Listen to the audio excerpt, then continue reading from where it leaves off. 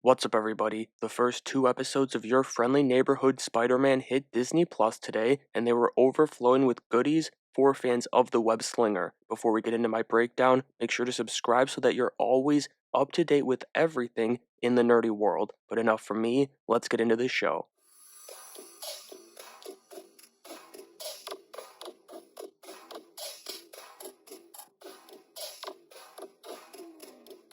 They wasted no time getting into things and giving us classic Peter Parker as he's late for his first day of high school. He misses the train, and so Aunt May takes him, and in her car, we see an Iron Man dangling from the rearview mirror, and I don't know this for sure, but I'd bet a lot of money that was an element that was carried over from when this show was set in the main 616 universe, the MCU. That's kind of beside the point though, because once they get to Midtown High, everything goes wrong. Before Peter can even get into the building, a symbiote, who I did actually first believe was Shathra, falls through a portal, and an epic fight ensues between the alien and Doctor Strange. I loved how they used him and this fight as kind of like a catapult for the show. During the fight, Peter saves Nico Minoru, and then, as we saw in a clip that was released before the show, he gets the iconic spider bite as they introduce themselves. I mean, I wasn't necessarily crying laughing at the comedy of the scene, but it was a very smart move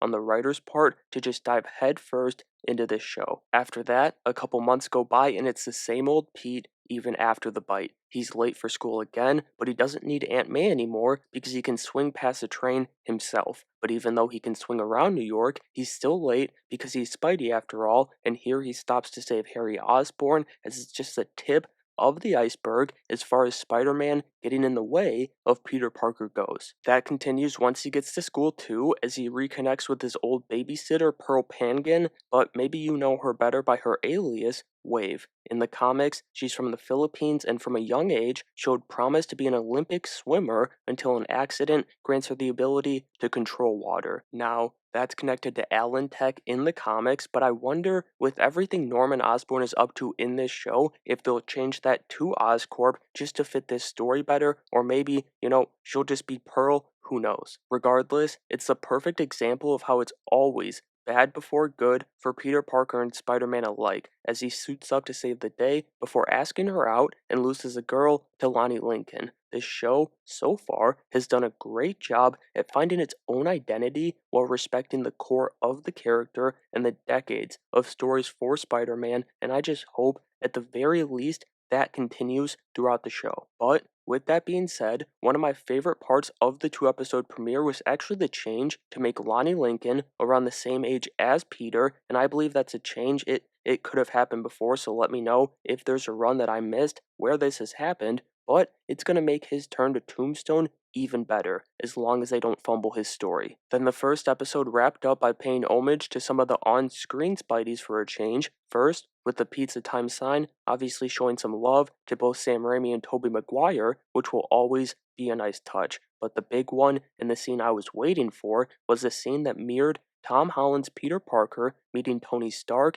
as we met Coleman Domingo's Norman Osborn to end the episode. There isn't a better way they could have hooked me on this show after that episode, which was strong on its own, but man, I've been hyping up Coleman as Norman, and it did not disappoint. Also, both the score and the soundtrack were incredible throughout this episode. I absolutely love the opening credits, but it all comes down to them just simply getting the character right in these episodes. That continued into episode 2 as we picked up in the exact same scene with Norman Osborn in Aunt May's apartment offering Pete an internship. I wasn't kidding that the show doesn't skip a beat, just like Spidey doesn't take a beat to shut the hell up during a fight, which is just perfect. Then Pete gets to school, where he's now embraced by the football team thanks to Lonnie, but in this scene, and I asked showrunner Jeff Trammell on Twitter about this, we'll see if I get a response, but there's a crazy line. This is our flex tight end, Aaron, and if that's referencing who I think it is, it's one of the craziest things that Marvel has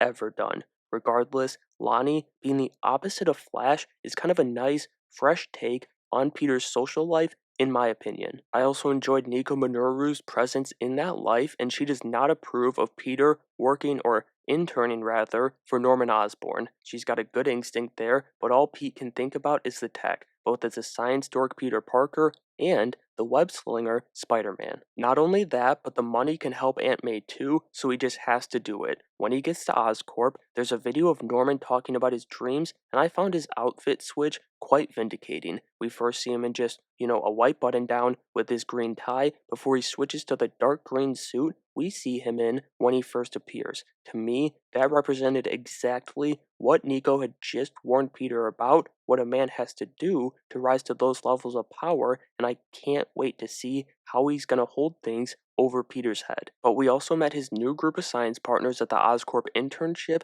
and it almost feels like the Avengers Academy, but I guess that would be Oscorp Academy. That group featured Amadeus Cho, another Hulk from the comics who's actually rumored to be in Captain America Brave New World, then Asha, a Wakandan who develops the power to absorb and reflect light, and then Jean Foucault, the daughter of Taskmaster with the same skill set. Then their mentor is Dr. Whitman, Dr. Bentley Whitman, one of the Fantastic Four's oldest foes from the comics, the Wizard. You also have Dr. Connors, Dr. Carla Connors, who's Peter's direct mentor, and I'm sure that will send certain fans into a coma that they made Dr. Connors a chick. As far as I'm concerned, it's a wait and see thing. I think you can achieve the same working relationship that Peter and Spider-Man have with Dr. Connors, but where it can earn the change is if or when she becomes the Lizard, they give a strong story on how becoming Lizard would affect a mother versus how it affects a father, Dr. Kurt Connors. I think that could be interesting, but they need to execute this story well. Anyway, while he's on break, Peter sees a fire on the news, and so Spidey jumps into action, making a quick change in a stairwell of the Oscorp building. When he gets into the apartment building, he has a dope showdown with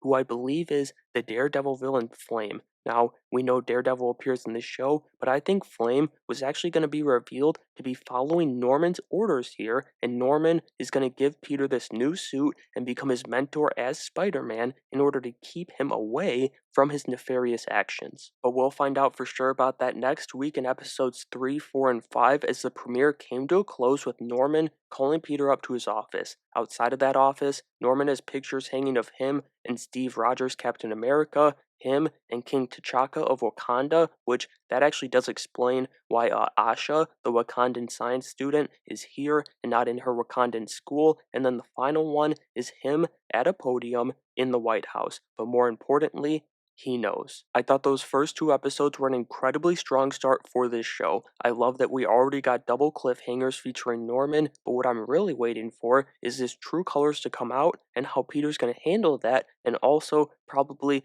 as I've said before, how Coleman Domingo is going to approach that. As far as the animation's concerned, it didn't end up being a negative factor for me, but I'd say it was only positive during the fights. The one scene where it did actually take me out of the show, though, was the football game, but overall, it was kind of just a non factor. And so that'll do it for my breakdown of the first two episodes of Your Friendly Neighborhood Spider Man. I gotta be honest, I got a little bit worried when there was nothing but glowing reviews for the show last week, but so far, it kind of feels like those were genuine reviews this time around because I really enjoyed this premiere. But let me know what you thought of the first two episodes down in the comments below. Make sure you have a great day.